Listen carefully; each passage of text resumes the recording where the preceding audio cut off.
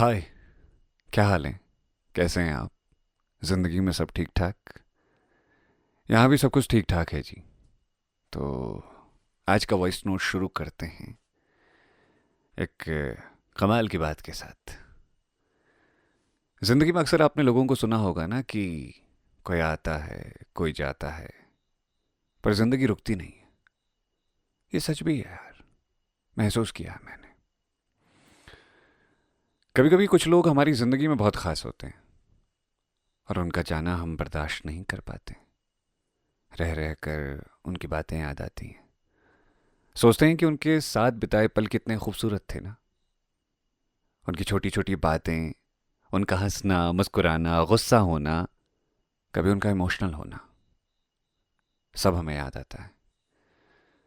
याद आता है कि जिंदगी कल तक तो सब कुछ ठीक ठाक थी, आज क्या हुआ ऐसे? क्यों चला गया कोई? तो आज मेन टॉपिक है किसी का चले जाना।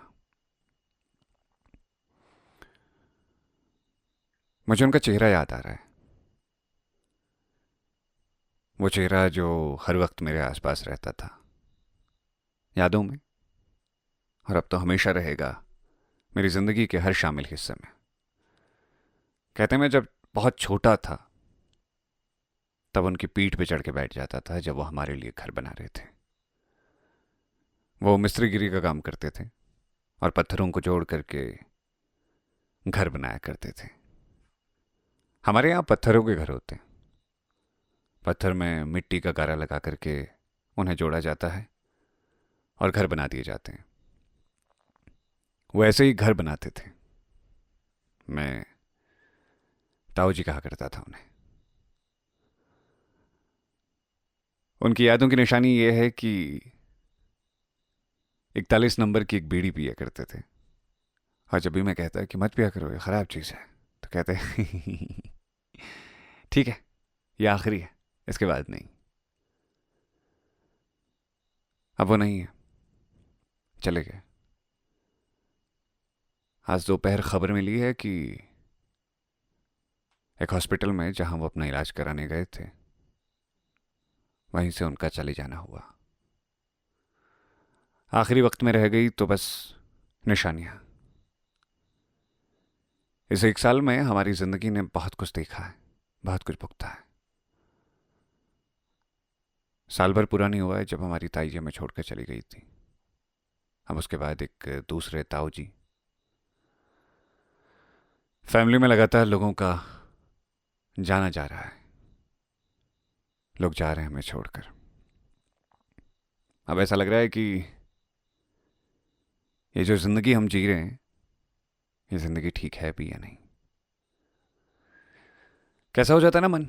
ऐसा लगता है कि दिन भर भाग दौड़ कर रहे हैं, दिन भर इतनी तैयारी कर रहे हैं, किसके लिए? आखिर में तो सब कुछ छूट जाना है। मैंने अक्सर देखा है लोगों को, वो अपने परिवार से महीनों बात नहीं करते, काम में डूबे रहते हैं। इस तरह से डूब जाते हैं कि उनको होश नहीं रहता खुद का। सोचते हैं कि ठीक है यार, बात कर लेंगे, फैमिली ही तो है, फैमिली कहाँ जा रही है, एक बार पहले पैसे कमा लेंगे तो फैमिली खुश रहेगी। लेकिन मुझे लगता है ना, आपकी फैमिली आपके पैसे से खुश नहीं रहती, आपके साथ बिताए पलों की वजह से याद रहती है, खुश रहती है। अगर आप अपनी फैमिली को वक्त नहीं दे पाते, आप दुनिया के करोड़पति इंसान हैं, यकीन मानिए गरीब हैं आप, कुछ नहीं है आपके पास। और आज मुझे एहसास क्यों हो रहा है पता है ज़्यादा? क्योंकि मुझे ऐसा लगता है कि मैंने मैंने अपनी ज़िंदगी में अक्सर ऐसा किया। हालांकि मेरा काम बिल्कुल अलग है, जहाँ मैं कहानियाँ सुनाने का काम किया करता हूँ। मैं सोचता हूँ कि मैं शामिल हो सकूँ तुम्हारी ज़िंदगी में हर रोज़, कभी भी आराम ना करूँ, पर फिर भी बीते कुछ समय से ही मैंने फैमिली को प्राथमिकता देना शुरू किया है। मेरी जान, अगर तुम ये सुन रहे हो ना, तो प्लीज़ अपने परिवार से जुड़े रहना। परिवार वो ताकत है जो तुम्हारे चेहरे पर मुस्कुराहट ला सकता है। तुम्हारे गमों में भी तुम्हारा साथ देने के लिए खड़ा रहेगा तुम्हारा परिवार। लेकिन परिवार साथ नहीं होगा ना, टूट जाओगे यार, कुछ नहीं बचेगा हिस्से में। मैं जब थोड़ा बड़ा हुआ, हम लोगों ने एक दूसरा घर बनाने की ठानी। उन दिनों में उनसे खूब मजाक करने लगा था। वो भी मजाक क्या करते थे, आवाज देते थे, और क्या हाल है। मैं कहता था मैं बढ़िया, आप बताओ। हंसते थे मुझे देखकर। कभी पूजा पाठ होती थी घर में, तो पूरा परिवार जब एकजुट हो जाता था, तो फैमिली में सबसे आगे नेतृत्व करता थे, लीडर थे हमारे। और आज वो चले गए। पता है, मुझे सबसे ज़्यादा तकलीफ तब हो रही है जब मैं बहुत देर तक बैठा हुआ था उस घर में, और उसी कमरे में जहां वो बैठा करते थे। मैं संभाल नहीं पाया खुद को। बहुत ज़्यादा रोया, जितना रो सकता था।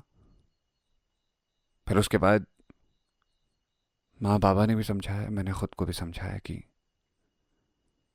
ये ज़िंदगी ऐसी ही है, यहाँ आपको ऐसे ही सब कुछ एक्सेप्ट करना पड़ेगा। और हुआ भी ऐसा ही तो हुआ सब कुछ। पता है, कोई भी रिश्ता अगर टूटता है, चाहे वो परिवार से किसी इंसान का चले जाना हो, या परिवार में दो लोगों का अलग हो जाना हो, या दो लोग जो एक दूसरे को प्रेम करते हैं उन दोनों का अलग हो जाना हो, तकलीफ बराबर होती है। मुझे ऐसा लगता है कि जब कभी बुखार आता है, या हम बीमार होते हैं, या कहीं चोट लगती है, हम उसके इलाज के लिए तो जाते हैं। लेकिन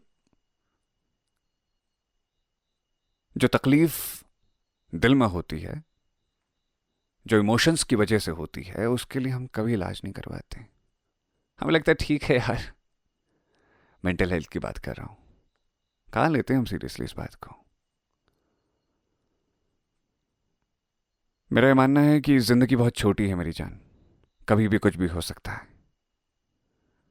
तो मैं कहानी में वापस आता हूँ कि जहाँ मैं धीरे धीरे बड़ा हो रहा था, वहाँ मैं उनसे खूब मजाक करने लगा था। फिर एक और घर हमने बनाया वहाँ। अब मैं उनके कंधे पर नहीं बैठता था, बल्कि उनके साथ काम करने लगा था। कभी कुछ पत्थर ले आता, उनकी मदद कर देता, कभी उनको चाय पिला देता, कभी हम साथ में रोटियां तोड़ते, कभी मेरे दादाजी की सिगरेट चुरा कर वो पीना शुरू कर देते। कहते बुढ़े को मत बताना हाँ। और जैसे ही दादाजी मेरे सामने आते, मैं कहता बूबू जी, ताऊ जी आपकी सिगरेट पी रहे थे। और वो शर्म से अपना सर नीचे झुका लेते, और बूबू बात को टाल करके किनारे को चले जाते। ऐसा नहीं था कि वो बूबू के सामने पी नहीं सकते थे, लेकिन वो दादाजी की इज्जत किया करते थे। हमारे वहाँ एक पर्दा होता है हर चीज़ का। जैसे लोग अपने बड़े भाई को पिता की तरह इज्जत देते हैं, लोग अपने से बड़े कोई भी हों, चाचा ताऊ बड़े भैया, उन सबको इतनी इज्जत देते हैं कि उनके सामने अपने व्यसनों को नहीं लाते। अगर कोई सिगरेट पीता है, सुरती खाता है, या फिर शराब पीता है, तो वो बड़ों का पर्दा करता है। और मुझे लगता है कि ये ज़रूरी भी है। हालांकि मैं इनमें से किसी भी नशे का समर्थन नहीं करता हूँ। मुझे लगता है कि जो ये करता है वो गलत ही करता है, लेकिन फिर भी। तो उनके साथ बहुत सी यादें जुड़ी, और उसके बाद जब नौकरी का सिलसिला शुरू हुआ, तो वो कहते थे तू तो अब आता ही नहीं यार घर, भूल गया पीछे घर। मैं कहता अरे ताऊ जी बैठेंगे हम फुर्सत से, कभी तुम्हारी मेरी बातें होंगी। और देखो ना, आज ऑडियो नोट में मैं उनका जिक्र कर रहा हूँ, आज वो नहीं है। मेरे हिस्से सिर्फ उनकी यादें हैं। और ये ऑडियो नोट मैं सिर्फ इसीलिए तुम्हें भेज रहा हूँ कि कहीं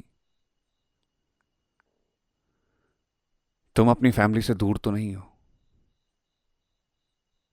कहीं वो सुन रहे होंगे इस बात को, तो महसूस करेंगे कि वो मेरी ज़िंदगी में कितनी अहमियत रखते थे। मेरी जान, अगर जिंदा हो तो ज़िंदगी की जीत पे यकीन करो। ये बात ऐसे ही नहीं लिखी गई है। अपने परिवार को वक्त दो, बैठो उनके साथ, थोड़े गम थोड़ी खुशियों को बांटो, थोड़ा मुस्कुराओ, मशीन मत बनो। मशीन बन जाओगे तो हाल ख़राब हो जाएंगे। वैसे आपसे रिश्ता हमेशा कायम रहेगा। मैं हर शाम आपके हिस्से में ज़रूर पहुंचूंगा, आवाज़ के ज़रिए, वीडियो के ज़रिए, न जाने कैसे, लेकिन आपकी ज़िंदगी में थोड़ी सी जगह लेने के लिए मैं पहुंच जाऊंगा। अपना ख्याल रखना। फिर मुलाकात करेंगे एक नए ऑडियो नोट के साथ। तब तक के लिए बाय बाय, टेक केयर मेरी जान, मेरी जान।